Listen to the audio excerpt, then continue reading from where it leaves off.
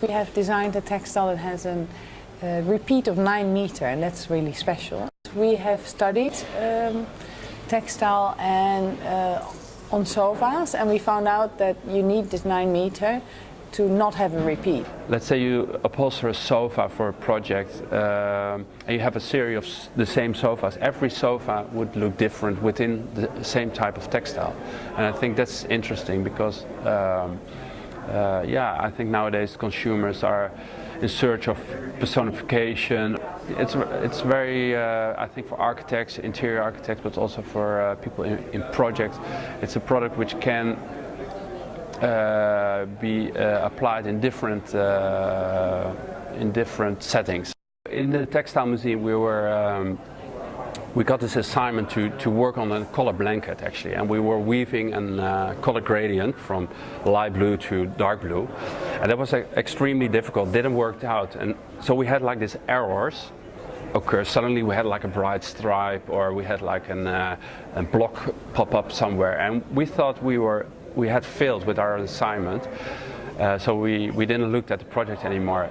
Then we had a party. We threw the blankets on our bed to cover it so people could sit there, and everyone was so enthusiastic about the end result, or about these blankets, that we thought maybe these errors should be part of our work instead of like trying to achieve perfection. I think the method of working is really important. We've created a new variation of color blocking known from fashion, and we try to use colors that look as if they are overlaying, so they are on top of each other and maybe transparent. And we made first paper fabrics, grids, and then with all the flat modeling we made compositions just to check what we needed in scale of the grid and of blocks. We try to use colors that look as if they are overlaying, so they are on top of each other. As soon as the grid becomes more dense, you see one of the colors sort of glowing, and that's a sort of very technical story. It's a slow process because you need to start with the base material like wool or polyester or what kind of yarn you're using, but you need to dye this yarn. And then, well, let's say you dye a red color. It doesn't necessarily mean that you, in the end, in the weaving, get the exact same red color, because you weave, you overlap, and you make a construction.